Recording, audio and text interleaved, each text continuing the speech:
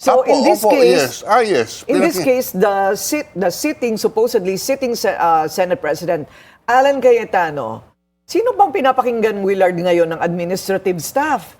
Si Senator Win Gatchalian ba? Yan ang lumalabas, Corina, kasi yung mga, kumbaga, bumuo lang ng staffing kahapon sa Blue Ribbon, supposed Blue Ribbon hearing ay mga staff ng mga senador na nakaupo doon. So wala talaga staff ni yung Senator Cayetano. actual Senate staff. Wala yung organic staff na assigned to the committee. Okay. Tama po yan. So, walang record kahapon kung anong nangyari. So, pag tinignan mo ang legislative history, walang nangyari kahapon. Ayun.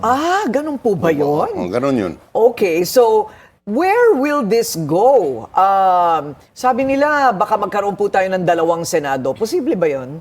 Hindi posible yan. So, Sa ating sistema ngayon, kinikilala si Win Gatchalian bilang acting Senate President.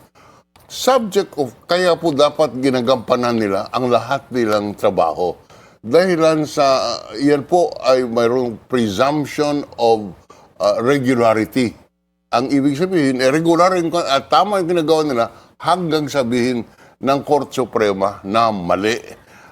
Contrary rule, ibig sabihin nga, pag magsabing, ay, hindi pwede yan, hindi tama yan, hindi yan, sang-ayon sa saligang batas, hindi po pwedeng, hindi mo gawin, gampanan ang trabaho mo dahil ititigil ang pabalaan.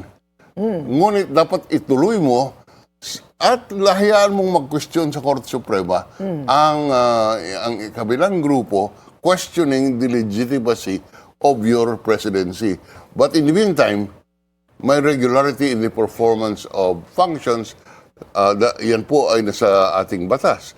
At dapat ipagpatuloy and all the acts are legitimate until proven otherwise. okay, but the minority, the new minority, the 10, refuse to acknowledge anything as regular or legitimate.